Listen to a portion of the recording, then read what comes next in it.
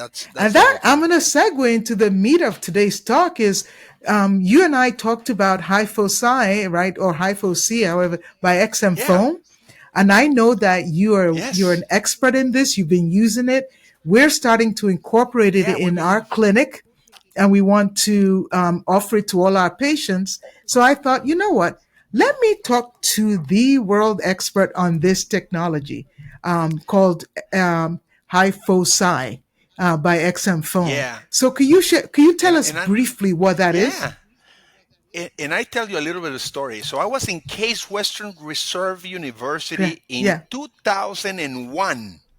right. And I said, at that time, I said, why are we doing still HSGs? I mean, this is painful. This is uncomfortable. This is Yes. radiation.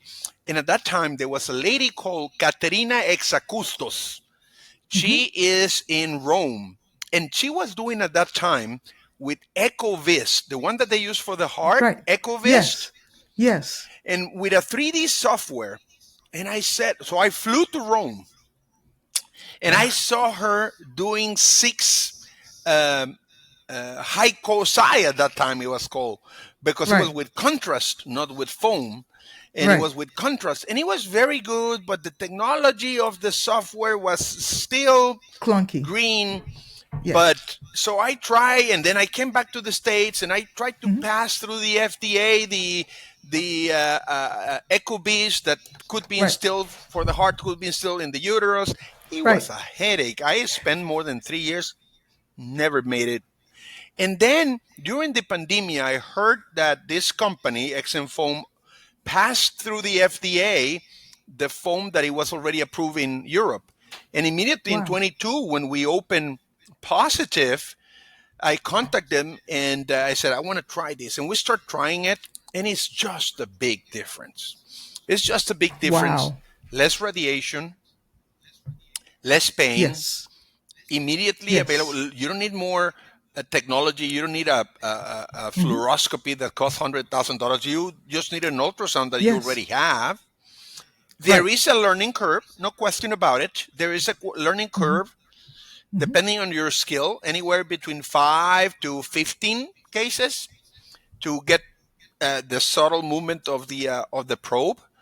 But it is easy and more important. So Let this me lead. let me let me Mhm. explain to some of our lay Yeah. audience what we're talking about.